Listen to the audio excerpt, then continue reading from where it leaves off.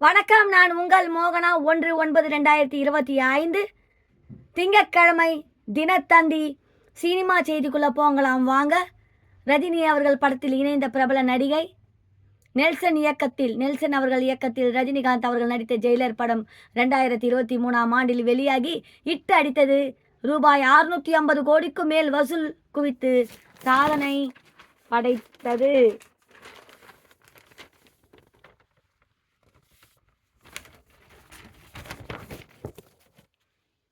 Jailer படத்தின் 2ஆம் பாகம் தற்போது உருவாகி வருகிறது.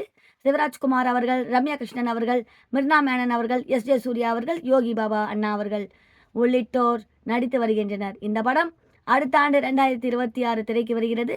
இந்த படத்தில் முன்னணி பாலிவுட் நடிகை ஒருவரும் இணைந்துள்ளார். அதன்படி வித்யா பாலன் அவர்கள் இந்த படத்தில் முக்கிய கதாபாத்திரத்தில் நடிக்க ஒப்பந்தமாகி உள்ளார். விரைவில் இன்னொரு முக்கிய பிரபலமும் படத்தில் இணையலாம் என்று எதிர்பார்க்கப்படுகிறது. மும்பை முன்பகை காரணமாக பாவனா கேள்வியால் காட்டமான காண்டான அப்படின்னு நினைக்கிறேன். யோகி பாபா அவர்கள் முன்பகை காரணமாக பாவனா கேள்வியால் காட்டமான யோகி பாபு அண்ணா அவர்கள் சொல்கிறாங்க. இங்கே பாருங்கள்.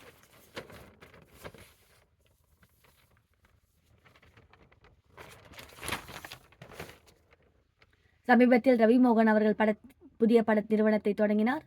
இதில் நிகழ்ச்சி தொகுப்பாளினி பாவனா யோகி பாபுவிடம் பேசியது சர்ச்சையாக வெடித்துள்ளது. உங்கள் மைண்ட் வாய்ஸ் என்ன சொல்றது என பாவனா அவர்கள் கேட்க, என்னை வைத்து படம் இயக்கும் ரவிமோகன் அவர்கள் நல்லா வரணும், பட நிறுவனம் நல்லபடியாக வரணும் என்று யோகி பாபு அவர்கள் பதிலளித்தார். உடனே பாவனா அவர்கள், நல்லவர் மாதிரி பேசுகிறீங்களே, அதை தாண்டி என்ன நினைக்கிறீங்க என கேட்டார். இதை கேட்டதும் யோகி பாபா அவர்கள் கொஞ்சம் கடுப்படைந்து, நான் நல்லதை தான் நினைத்தேன், நான் பின்னாடி நிற்கும்போது அந்த மனுஷனுக்கு வழிவிடாதீங்க, ஷேர் போடாதீங்க, உன்ன மாதிரி எதுவும் நினைக்கலையே என்றார்.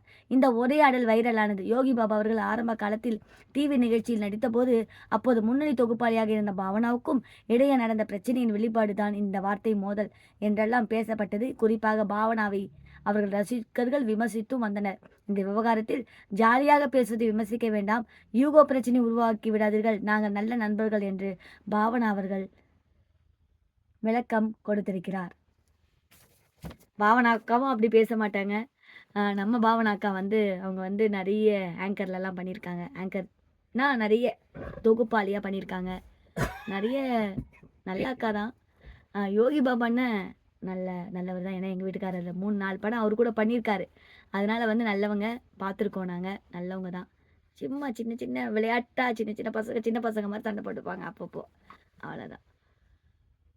அப்புறம் பாருங்கள், அது அவங்களது சமரசமாக போயிடுச்சு. அப்புறம் பாருங்கள், வயிற்றில் குழந்தையை சுமக்க விரும்பவில்லை சன்னி லியோன். இதே தாங்க எப்போ பார்த்தாலும் போட்டுகிட்டே இருக்காங்க அந்த சன்னி லியோன். வேறு எதுவுமே போட மாட்டேன்றாங்க அந்த அக்கா. இங்கே பாருங்களேன், என்னமோ தூக்கிட்டு நிற்கிறாங்க இப்படி. இங்கே பாருங்க, என்னன்னு பார்க்கலாம்.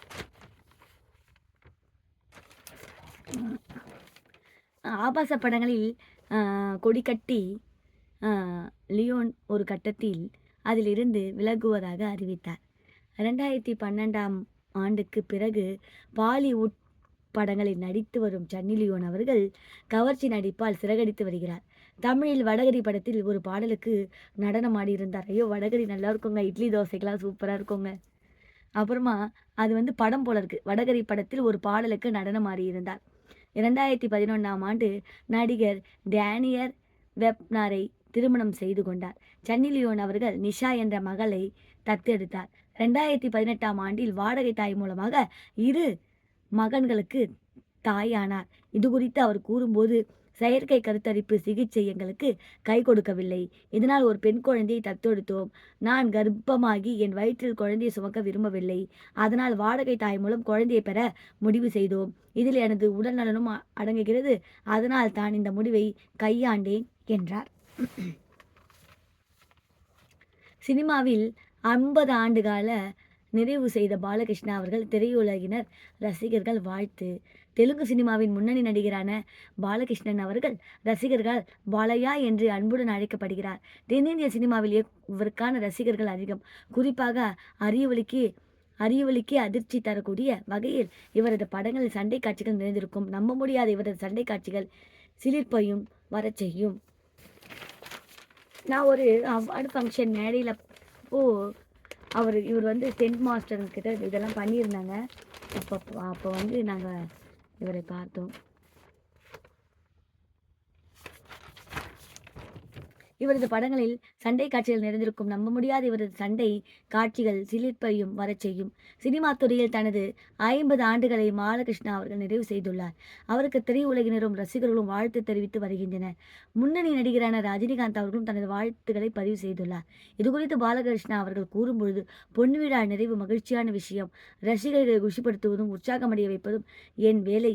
அந்த வேலையில் இருந்து பின்வாங்க மாட்டேன். என் அதிரடி தொடரும் என்றார். பாலகிருஷ்ணா அவர்கள் நடிப்பில் அகாண்டா 2 என்ற தெலுங்கு படம் விரைவில் வெளியாகிறது. இது தவிர ஜெயிலர் படம் 2 படத்திலும் அவர் நடித்துள்ளார்.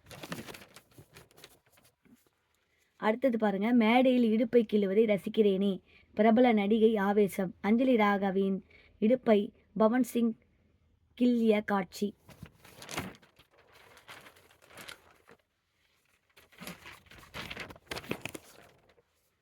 போஜ்புரி சினிமாவின் முன்னணி நடிகையான அஞ்சலி ராகவ் லக்னோவில் நடந்து ஒரு படவிழாவில் கலந்து கொண்டு பேசிய போது அங்கு அருகில் நின்று கொண்டிருந்த நடிகர் பவன் சிங் திடீரென அவரது இடுப்பை கிள்ளினார். அஞ்சலியும் சிரித்தபடி சமாளித்தார். பொது மேடையில் நடிகையின் இடுப்பை கிள்ளிய இந்த வீடியோ சமூக வலைதளங்களில் வெளியாகி வைரலானது. இடுப்பை தொடும் நடிகரிடம் எதிர்ப்பு தெரிவிக்காமல் அஞ்சலி சிரிக்கிறாரே, அவரும் இதை ரசித்து அனுபவிக்கிறாரோ என்னவோ என்றெல்லாம் விமர்சனங்கள் எழுந்தன. இதனால் ஆவேசமடைந்த அஞ்சலி அவர்கள் இதை எப்படி ரசிப்பேன் என்று நினைக்கலாம் என இடுப்பில் ஏதோ இருக்கிறது என்று கூறியபடி பவன் சிங் தொட்டார். எனக்கும் அதிர்ச்சி இருந்தாலும் மேடை என்பதால் காட்டிக்கொள்ளவில்லை. எந்த பெண்ணும் அனுமதியின்றி தொடுவது தவறு. நான் அனுமதிப்பதும் கிடையாது. இனி போஜ்புரி படங்களில் நான் பணிபுரிய போவதில்லை என்று அறிவித்தார். இதற்கிடையில் தனது செயல்பாடு குறித்து மன்னிப்பு கேட்டிருக்கும் நடிகர் பவன் சிங் படங்களில் நடிக்க மாட்டேன் என்ற முடிவை வாபஸ் பெறுமாறு அஞ்சலியிடம் வேண்டுகோள் விடுத்துள்ளார். புற்றுநோயால் தாக்கி பிரபல டிவி நடிகை திடீர் மறைவு. நடிகர்கள் மறைவு. ரசிகர்கள் வந்து அதிர்ச்சியா. மாணவர் பிரியா. இந்தி மற்றும் மராத்திய மொழி டிவி தொடர்களில் நடித்த பிரபல மாணவர் பிரியா மராத்தி இல்லத்தரசிகளின் உள்ளங்களை கொள்ளை கொண்ட பிரியா ஓரிரு படங்களிலும் தலை காட்டியிருக்கிறார். இவரது கணவர் நடிகர் சாந்தனு மோகி ஆவார். சில ஆண்டுகளுக்கு முன்பு புற்றுநோய் தாக்கியதில் பாதிக்கப்பட்ட பிரியா உரிய சிகிச்சைகளுக்கு பின்னர் அதிலிருந்து மீண்டார். ஆனாலும் சில மாதங்களுக்கு முன்பு மீண்டும் புற்றுநோய் தாக்குதலுக்கு ஆளாகி அவதிப்பட்டார். இதற்கிடையில் நேற்று உடல்நலம் மோசமடைந்து பிரியா உயிரிழந்தார். அவருக்கு வயது 38. பிரியாவின் திடீர் மறைவு திரையுலகில் சோகத்தை ஏற்படுத்தி இருக்கிறது. அவரது உடல்நலக்கு திரையுலகிலும் சமூக வலைதளங்களிலும் இரங்கல் வெளியிட்டு வருகிறார்கள். பாடே அச்சே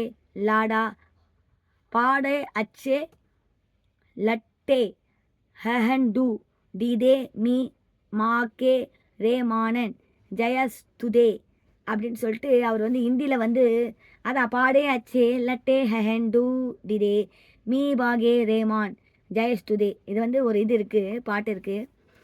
பாரத் கி பத்ரா என்ற போல பல தொடர்களில் நடித்த பிரியா யதார்த்த நடிப்பாலும் உதட்டோர சிரிப்பாலும் ரசிகர்களை கவர்ந்தார். அவரது மறைவு திரையுலகில் சோகத்தை ஏற்படுத்தியுள்ளது. பிரியா மராத்தி பாருங்க. அடுத்தது வந்து ஜீவாவதுங்க. 16 ஆண்டுகளுக்கு பிறகு மீண்டும் இணையும் வெற்றிப்பட கூட்டணி. 2009ஆம் ஆண்டு ராஜேஷ் இயக்கத்தில் ஜீவா சந்தானம் அனுயா உள்ளிட்டோர் நடிப்பில் வெளியான படம் ஜீவா மனசுல சக்தி. ரசிகர்களால் எம்எஸ்எஸ் அதாவது படம்ங்க எஸ்எம்எஸ் என்று அழைக்கப்பட்ட இந்த படம் மிகப்பெரிய வெற்றியை பதிவு தந்தது. மோதலில் சந்தித்த கதாநாயகனும் எப்படி காதலில் இணைந்தனர் என்பதை நகைச்சுவை களத்தில் இந்த படம் காட்டியிருந்தது. யுவன் சங்கர் ராஜா இசையில் பாடல்கள் அனைத்து மீட்டடித்தன. 16 ஆண்டுகளுக்கு பிறகு மீண்டும் இந்த கூட்டணி புதிய படத்தின் 3 ஒன்று சேர்கிறது. அந்த வகையில் ராஜேஷ் இயக்கத்தில் யுவன் சங்கர் ராஜா அவர்கள் இசையில் ஜீவா நடிக்கும் புதிய படம் தயாரிக்கிறது. இதனை ஜீவா அவர்கள் தனது சமூக வலைதள பக்கத்தில் தெரிவித்துள்ளார். புதிய படம் குறித்த கூடுதல் தகவல்கள் விரைவில் வெளியாகும் என கூறப்படுகிறது. இது ரசிகர்களுடைய எதிர்பார்ப்பை ஏற்படுத்தி இருக்கிறது.